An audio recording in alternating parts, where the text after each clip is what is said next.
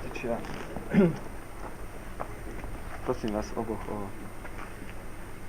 o požehnanie na môj ďalší život, na moje ďalšie účinkovanie. Už celkom úplne pre Božiu vec, pre Boha. Teba, mama, prosím zvlášť o požehnanie. Ty, ktorá si ma sprevádzala a sprevádzaš neustále svojimi modlitbami a bolestiami. Kňazstvo je strašne zodpovedná vec za duše. Aby si čím viac ich získal tebo.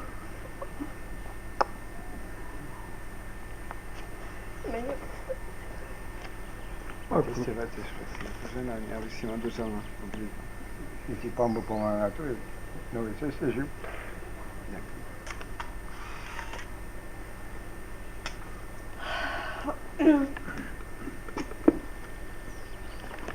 Sa môže toto.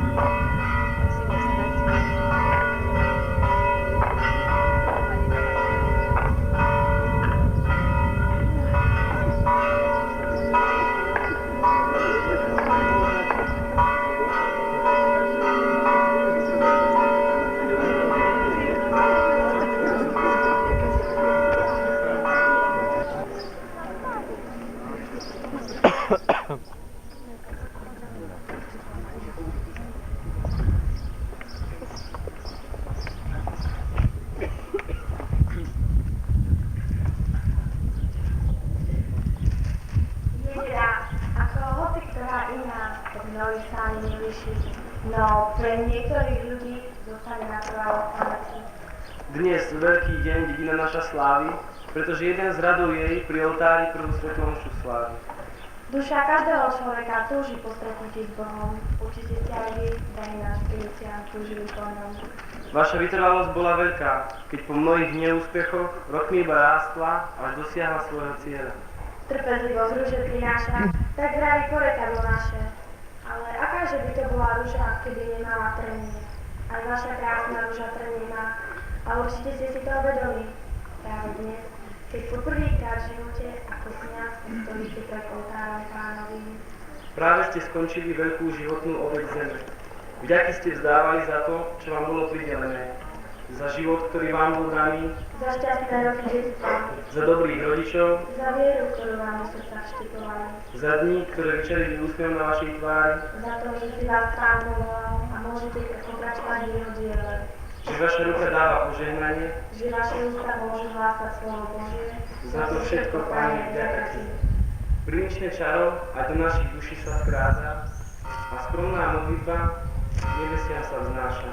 Vysoké ku nám pre jeho milosti, a Ty, Pána najsvetejšia, veď si naša matka, nádej najistejšia. Vypros mu pevné zdravie, by dielo Božie mohol zveľaďovať. Veľa síl by znieslo trápenie a kríž, veľké srdce by nás mohol všetkých milovať a pevnú vôľu by nás mohol ťahnuť dopredu. Ťažká je ústa pred nami, nohy tlačte smelo a kráčate vždy pred vás Spasiteľom. My budeme v duchu s vami sprevádzať vás modlitbami, ak však bude pomoc potrebná, sme ochotní vám ju dať. Aj preto sme dnes, drahí náš Filicián, prišli, aby sme vám z úprimného srdca zablahoželať mohli. Nech vo vašom kňazskom živote, ktorý sa tu v našom chráme začína, nech vzorom bude pre vás vždy Ježiš a Mária.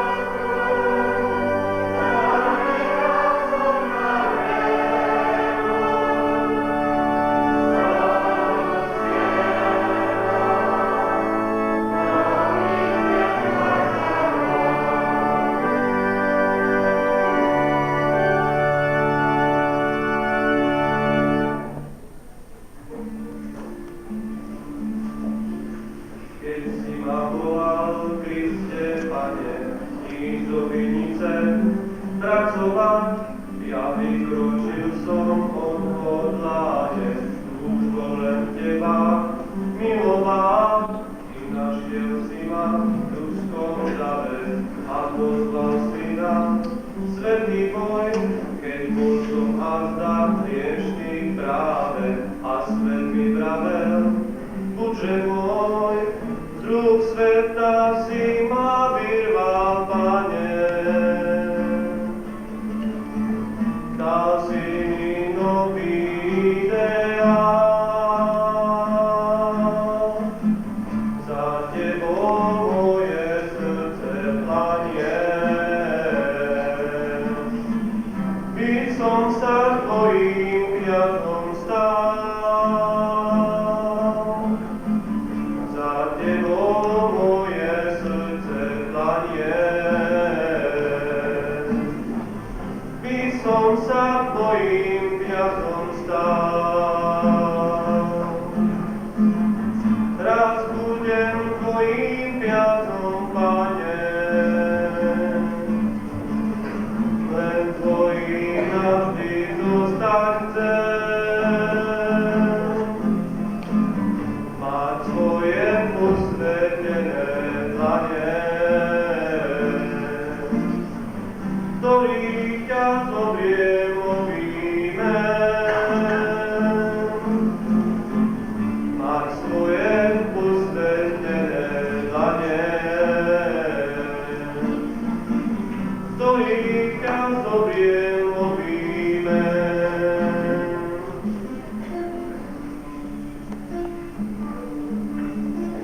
Dnes a ja volám, Kriste, Pane, ísť do vinice, pracovať, by vykročili odhodlane, túžbo len teba milovať. Dnes a ja hľadám v ľudskom dave a pozvať chcem na svätý boj. Pomáhaj mi vždy, aj dnes, Pane, a svätá Matka, buď so mnou, nech stále viacej ľudí, Pane,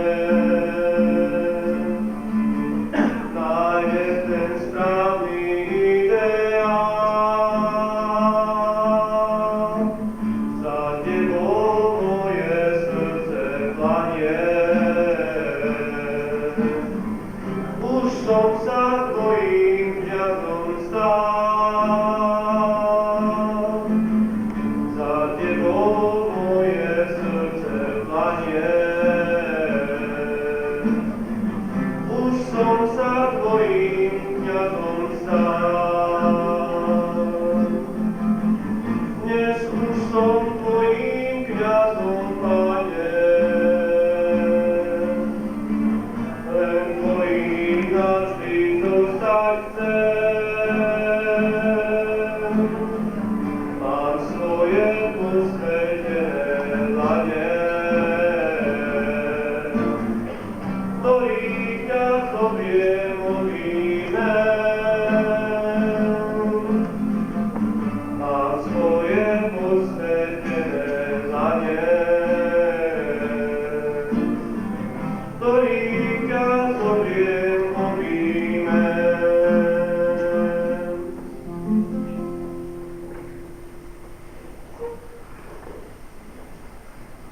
Milý primicián Pavol, ako duchovný otec tejto farnosti srdečne ťa vítam v Kutove Božom pri oltári Pánovom, na tom mieste, kde si sa stal dieťaťom Božím pri sviatosti krstu a kde si aj dlhé roky ministroval. Tvoje srdce je naplnené radosťou a taktiež i naše srdcia sú naplnené vďačnosťou voči Pánu Bohu za to, že tento chrám po 63 rokoch sa bude ozývať modlitbami novokňaza za zmienku prílišná slávnosť. Panna Mária, v ústi ktorej budeš sláviť svätú obetu, ktorá je kráľovnou kňazov, nech ti je ustavičným žiarivým majakom na tvojej ceste do náručia Krista väzňaza. Nuž teda, milý spolubrat Pavol, biskup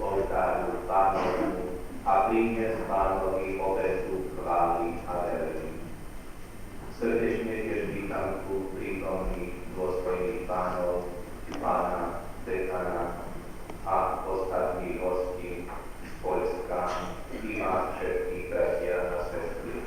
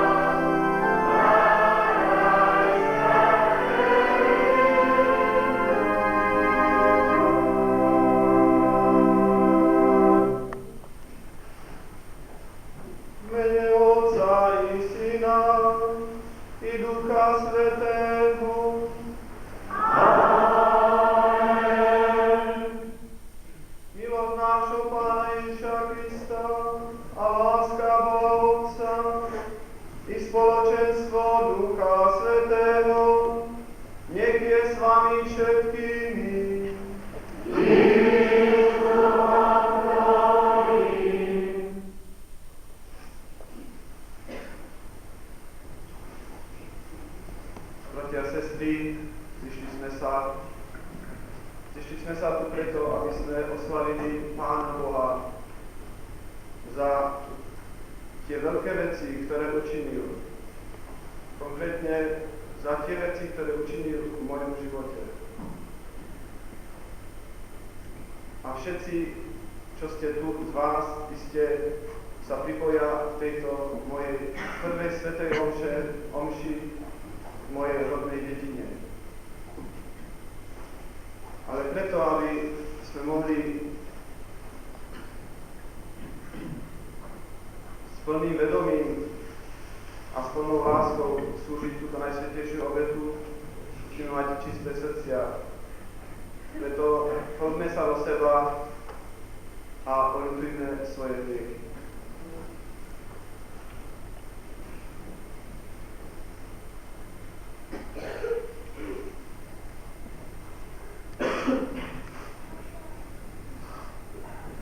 Vyznávam,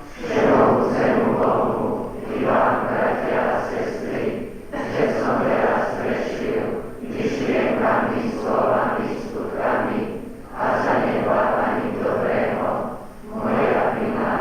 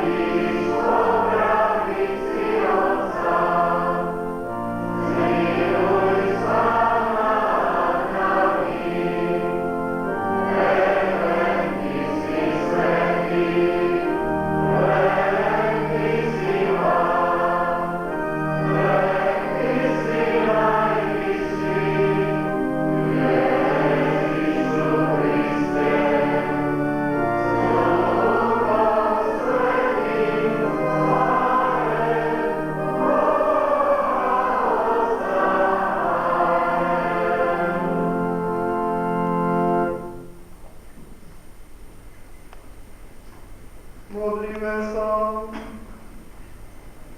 Bože milosrdný Oče, Tvoj jednorodený Syn, pribitý na kríži, dal nám všetkým za matku preblahoslavenú Pannu Máriu. Daj prosíme, aby Tvoja církev s jej láskavou pomocou zo dňa na deň rástla, tešila sa zo svetosti svojich detí a pritiahla do svojho náručia všetky národy sveta. Skrze nášho Pána Ježiša Krista, Tvojho Syna, ktorý je Boh a s Tebou žije a kráľuje v jednote s Duchom Svätým po všetky veky vekov.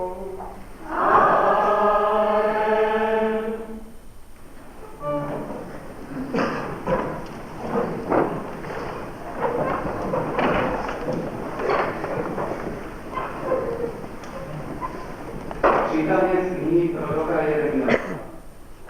Pán prehovoril ku mne takto. Skôr ako som ťa otvoril v matkinom lone, poznal som ťa. A skôr ako si vyšiel z neho, som ťa posvetil.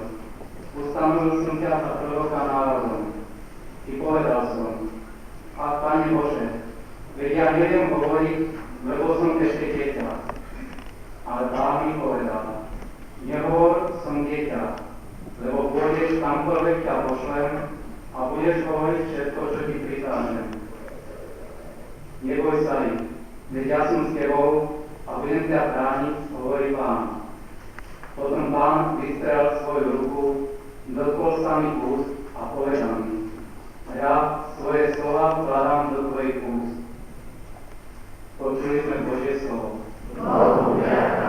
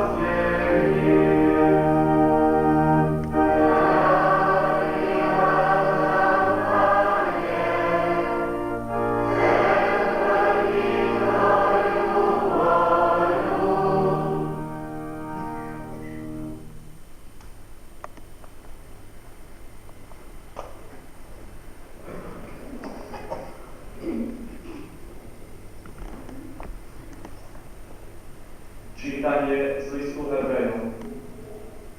Každý veľkňaz, vybratý spomedzi ľudí, je ustanovený pre ľudí ich vzťahu k Bohu, aby prinášal dary a obety za hriechy a mohol v plnej miere spolucítiť s nevedomými a blúdiacimi, pretože aj sám podlieha slabosti. Práve preto musí prinášať obety za hriechy, a to tak za ľud, ako aj za seba samého. Ale túto hodnosť si nikto nemôže prisvojiť sám, len Boh ho môže povolať, ako povolal Árona. Ani Kristus sa neoslávil sám veľkňazskou hodnosťou, ale oslávil ho ten, čo mu povedal: Ty si môj syn, ja som ťa dnes plodil. A na inom mieste hovorí: Ty si kňaz na veky podľa radu Melchizedekovho. Keď žil na zemi, mocným hlasom a plačom sa modlil a prosil toho, ktorý ho mohol zachrániť od smrti a bol vyslyšaný pre svoju úctivosť. A hoci bol synom, z toho, čo vytrpel, poznal, čo je poslušnosť. A keď dokonal svoje dielo, stal sa pôvodcom večnej spásy všetkých, ktorí ho poslúchajú. Veď Boh ho nazval za veľkňazom podľa radu Melchizedekovho. Počuli sme Božie slovo.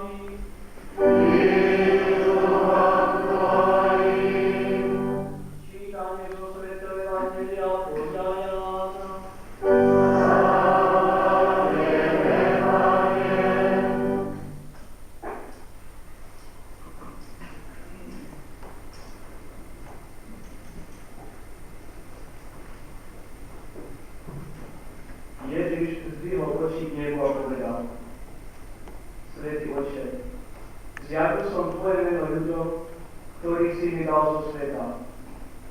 Tvoji a dal si ich mne a oni zachovali Tvoje slovo. Dal som im Tvoje slovo a svet ich znenávidel, lebo nie sú zo sveta, ako aj ja nie som zo sveta.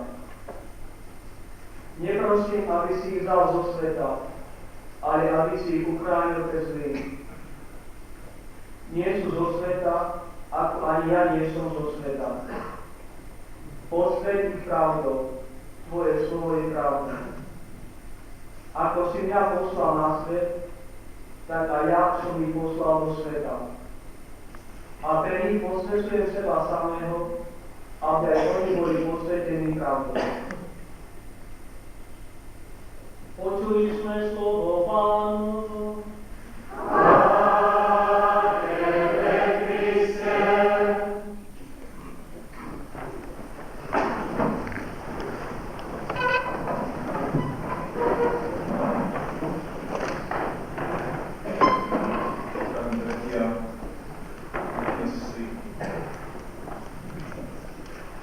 Myslím, že je to také celkom bežné.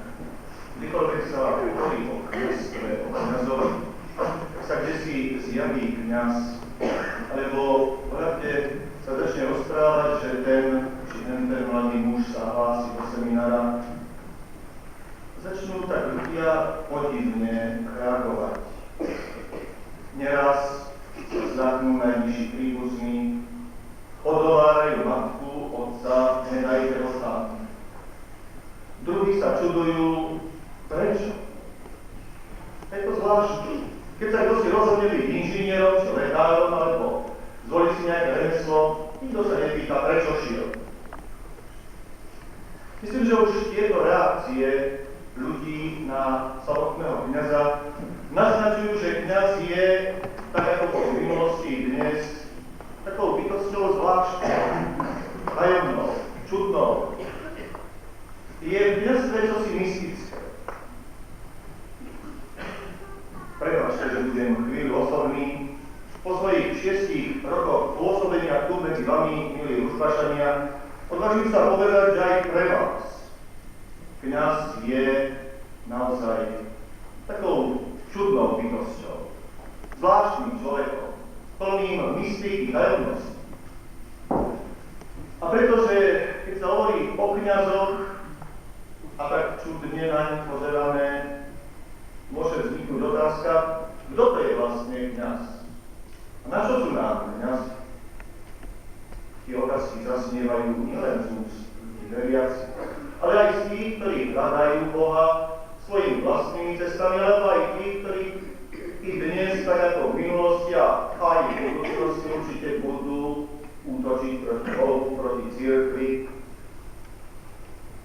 Zvlášť sme svedkami, že dosť často sa v dnešnej dobe ozývajú hlasy Boh áno, Kristus áno, ale na čo paráda? Na čo nám dnes? Keby sme chceli dať odpoveď na otázku, kto to je kňaz, alebo na čo je kňaz, mohli by sme to skúsiť formulovať tak veľmi jednoducho. Je to človek ako každý iný a predsa človek, ktorého si Kristus vybral, aby ho postavil na svoje miesto v cirkvi. Aby cez tohto konkrétneho človeka Kristus pomáhal ľuďom nachádzať vo zmysel ich života, radosť, šťastie.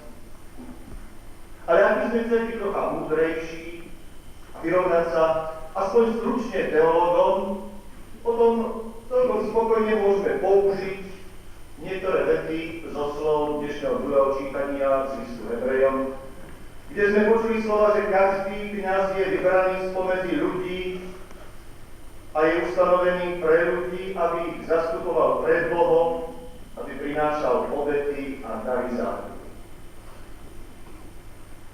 Sestri a bratia, z toho nám plynie jedno nepopierateľné, že to Boh sám najvyšší si vyberá konkrétneho človeka, aby mu zveril svoje vlastné poslanie. Takže nie kto si sa rozhodol ísť za kňaza, nie koho si tam rodičia či dedina poslal, nie koho si sme si vybrali, aby nás on zastupoval. Boh sám. Aj teba, milý novokňaz, Boh si vyvolil, zliadol zo záľubou na teba ešte prvým, než ťa otvoril v rode tvojej matky.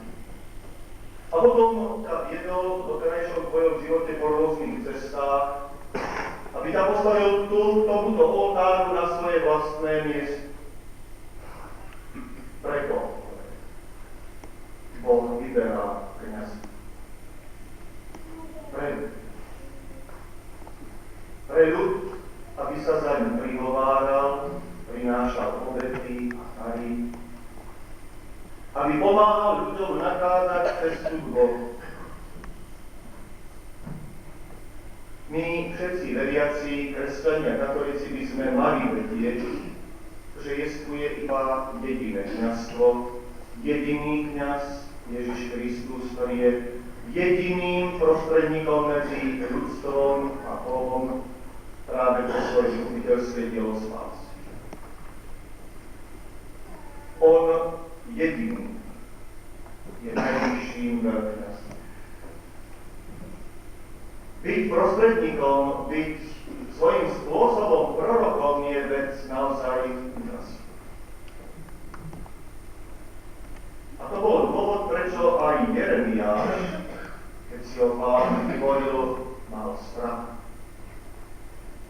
A to bol dôvod, pre ktorý som presvedčený, že nielen ja som mám, ale každý kňaz, ktorý tu je, má vždy strach.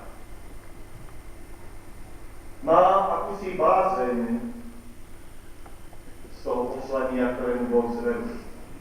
A myslím, že i v tvojom prípade je trocha, a možno až príliš toho strachu.